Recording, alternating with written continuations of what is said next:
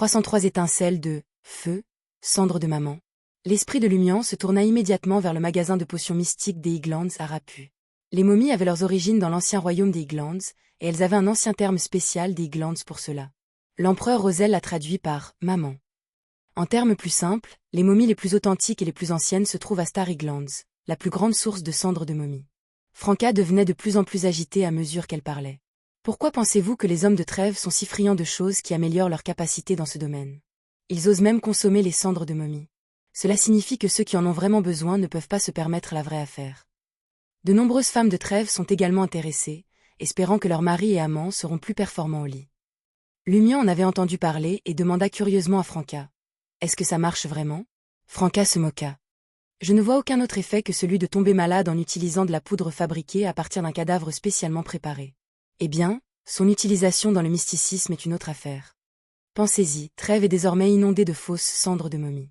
Les gens les engloutissent sans savoir s'ils sont authentiques. Il existe de nombreuses herbes ayant des effets similaires, mais une fois qu'elles sont étiquetées comme cendres de momie, le prix monte en flèche. Qui n'en profiterait pas? Ne surestimez pas la conscience des marchands. J'ai entendu des plaintes lors de nombreux rassemblements mystiques selon lesquels des gens trouvaient des rats morts, les réduisaient en poudre, les mélangeaient avec des herbes et les vendaient comme cendres de momie. Avant d'avoir des super pouvoirs et que j'étais encore en difficulté, j'ai vu le propriétaire du café faire du faux café à partir de chicorée. Plus tard, il ne pouvait même pas se le permettre. Il récupérait de la lie de café, de la bile animale et même de la poussière et de la suie de briques comme substitut. Croyez-moi, si vous visitez les cuisines de certains restaurants et cafés, vous voudriez pendre le patron à la potence. Ces coquilles d'escargot sont réutilisées, ramassées à la poubelle, remplies d'ingrédients, et servies à de nouveaux clients. Franca a continué son discours, exprimant sa frustration face aux produits contrefaits et de qualité inférieure qui entravent sa carrière de Beyondé. Après avoir fini de parler, Lumian a demandé avec certitude. « Avez-vous fini de digérer votre potion de sorcière ?» Les émotions de Franca sont revenues à la normale lorsqu'elle a répondu d'un air suffisant. C'était il y a longtemps. « M'avez-vous vu agir comme une sorcière pendant cette période ?» Lumian changea de sujet pensivement. « Vous semblez mépriser l'école de Pensée Rose pour ses actes de terreur sur le continent Nord. Vous vous moquez même d'eux pour avoir entravé la résistance à la colonisation des indigènes du continent Sud. Je ne comprends pas très bien votre logique. Ne devraient-ils pas résister et se venger lorsqu'ils sont victimes d'intimidation ?» Franca se dirigea vers la fenêtre de la chambre de Lumian et regarda le quai et le dépôt cachés par les bâtiments. Son regard était flou alors qu'elle dit « Il devrait le faire, s'il souhaite rechercher l'adrénaline de la vengeance, pour un moment d'exaltation. Mais si vous voulez amener le continent Sud à expulser les colons, de telles actions n'auront que l'effet inverse. Un philosophe de chez nous a dit un jour qu'aucun roi ne devrait envoyer des troupes en colère. Résister à la colonisation est une question sérieuse et difficile. C'est quelque chose qui ne devrait pas devenir une poubelle pour exprimer ses émotions. » Voyant la confusion de Lumian, Franca montra la fenêtre. « Il y a beaucoup d'ouvriers et d'ouvriers là-bas. Ils travaillent dur tous les jours et dorment dans des chambres infestées de punaises de lit. Sont-ils des colons? Ont-ils profité des colonies? Certes, leurs emplois peuvent être le résultat du commerce colonial, mais perdront-ils leur emploi sans les colonies et le commerce normal? Je ne pense pas. La possibilité la plus probable est qu'ils auront toujours un travail qui leur assure à peine leur subsistance. Ce sont les patrons qui perdent des profits excessifs. Ils ont les leurs. Des revendications et une volonté de changer la société actuelle.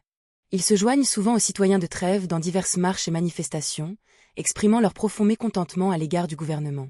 Il y a beaucoup de personnes similaires à Trêve. Certaines d'entre elles ont des raisons diverses et sympathisent même avec les colonies du continent Sud. Un roi philosophe de chez nous a dit un jour que nous devons faire la distinction entre nos amis et nos ennemis lorsque nous accomplissons des actes. Les divers actes terroristes de l'école de Pensée Rose ne feront qu'opposer à eux ceux qui sympathisent avec les colons et ceux qui résistent également au gouvernement. Cela en fait l'objet de haine qui sera exploité par les dirigeants pour aplanir tout conflit interne. Cela nuira à la résistance des peuples du continent Sud contre la colonisation. Le roi philosophe a même interdit son intelligence officier de commettre des assassinats ou de chercher à se venger, sans parler de provoquer des incidents terroristes. Franca sortit de sa stupeur et parla avec enthousiasme, les yeux pétillants.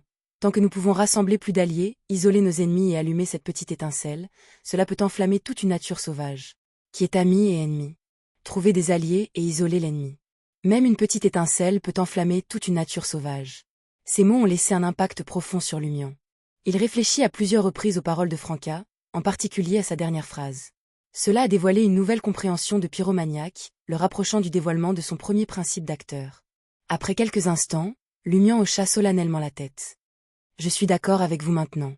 Les actes de terreur de l'école de Pensée Rose sont extrêmement insensés, de simples décisions prises après que leur esprit soit rempli de désir. Eux, En tant que croyant à l'arbre mère du désir, c'est tout à fait attendu. Franca pinça les lèvres. Si l'école de pensée rose se concentrait sur l'assassinat de généraux coloniaux, de membres du Parlement et d'hauts fonctionnaires du gouvernement, ainsi que sur la destruction de cuirassés et d'arsenaux, je ne me moquerais pas d'eux. Mais leurs sacrifices de sang, tuant des gens sans discernement, sont le fait de fous. Je ne veux pas devenir un jour un sacrifice pour ces fous. Lumian a fait remarquer.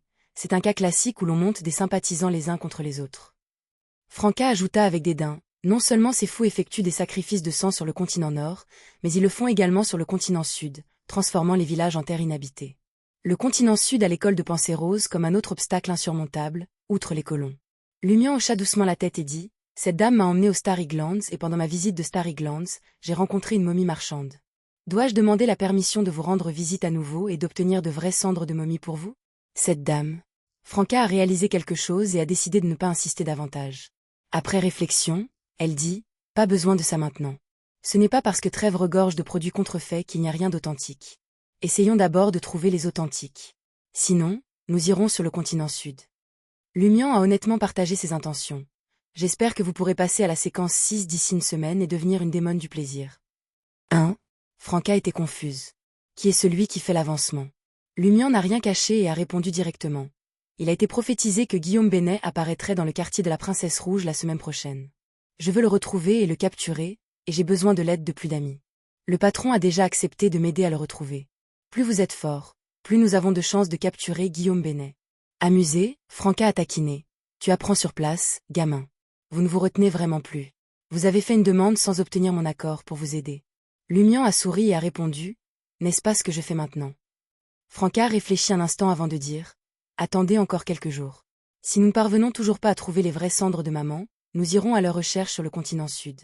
N'oubliez pas, essayez de ne pas déranger le titulaire de la carte arcane majeure si possible. Dans ce cas, a déclaré Lumian, partageant un point de vue similaire, mais il n'a jamais manqué une occasion de tondre. Dans le cas contraire, il vaudrait mieux demander l'aide de Madame la magicienne pour s'occuper de Guillaume Benet. Un subordonné qui ne pouvait pas gérer les problèmes tout seul, dérangeant constamment son supérieur, finirait par être laissé pour compte. Par ailleurs, le club du tarot suivait une règle d'échange équivalent. Quel prix faudrait-il payer pour solliciter l'aide d'un détenteur de la carte arcane majeure de niveau demi-dieu? Après avoir discuté pendant un moment, Franca, qui était sur le point de partir, a jeté un coup d'œil à la fenêtre et a soudainement dit. Bien que Gardner Martin connaisse déjà la situation et ait fait des préparatifs, vous ne pouvez pas être négligent. Vous ne pouvez pas placer tous vos espoirs sur lui. L'école de pensée rose est une ancienne organisation secrète.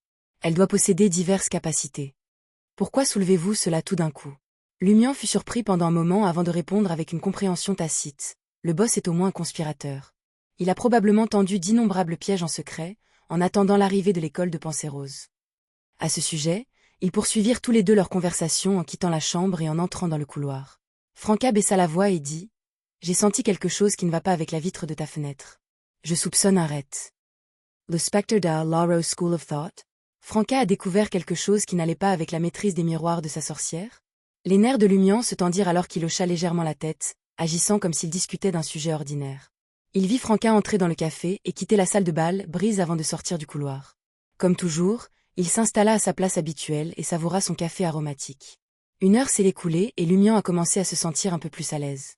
Il pensait que les rêtes étaient probablement partis, alors il se concentra sur Gardner Martin et les pièges potentiels. Les jours suivants furent remplis de paranoïa pour Lumian. Il sentit des regards sur lui depuis la vitre de sa chambre et le miroir de la salle de bain, mais rien d'alarmant ne se produisit. Enfin, le jour de la récompense promise par Monsieur K arriva. Alors que Lumian descendait les escaliers de l'auberge du Coq Doré, il rencontra une femme inconnue. Vêtue d'une robe bleu lac, ses cheveux bruns coulaient naturellement et ses yeux bruns avaient une qualité éthérée unique. Son apparence était au-dessus de la moyenne, ses joues rebondies et son attitude sortaient de l'ordinaire. Alors que Lumian passait devant la réception, il a demandé avec désinvolture à Madame Fell. Cette jeune femme est-elle une nouvelle locataire? La rondelette Madame Fell sourit avec complaisance. Non, c'est Miss Safari, elle séjourne dans la chambre 309. Elle est allée dans une petite ville balnéaire pour être un modèle humain pour un peintre. Elle n'est revenue qu'aujourd'hui. Comme c'est enviable. Son travail lui permet de prendre des vacances au bord de la mer, ce modèle humain. Lumian hocha la tête et quitta l'auberge du Coq Doré, prenant une voiture publique jusqu'à l'avenue du Boulevard.